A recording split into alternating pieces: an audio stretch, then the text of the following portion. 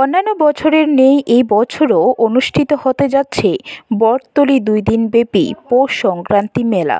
সে মেলায় উপজাতি মানুষের যারা পিতৃপুরুষের উদ্দেশ্যে তর্পণ এবং পিণ্ডদান করে থাকেন, সেই মেলাতে প্রচুর লোকের সমাগম ঘটে।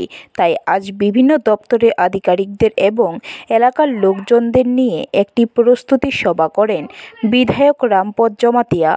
উপস্থিত ছিলেন এমডিসি পদ্মলোচন ত্রিপুরা এবং নলছড় ব্লক চেয়ারম্যান জওহরলাল ঘোষ।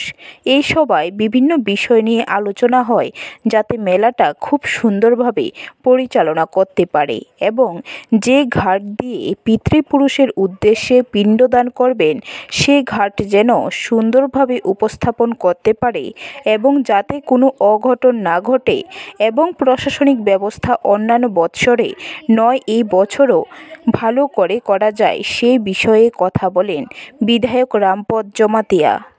আলোচনা তো এটাই, মেলাটা যাতে সাকসেসফুল হয় এবং মেলার প্রাঙ্গণে এবং যেখানে তর্পণ হয় ওই ঘাটের মধ্যে উন্নয়নের বিষয় নিয়ে আলোচনা হচ্ছে এবং আগামী দিনে এটা সারা বছরই কাজ চলবে। আজকের প্রশাসনিক ব্যবস্থাটা কীরকম থাকছে? প্রশাসনিক বিষয় তো পুলিশ যা থাকবে ওরা থাকবে, আগে যেমন আছে ওরা থাকবে এবং পুলিশ প্রশাসনকেও আরও সক্রিয় হওয়ার জন্য আমরা সেফটির বিষয় তো তাদের এখানে যাতে কুয়াশা না হয় তার জন্য আমরা সমস্ত জায়গায় আগের মতোই এখানে উপরে ছাউনি দেওয়া হবে পলিথিনের বা ত্রিপালের মাধ্যমে।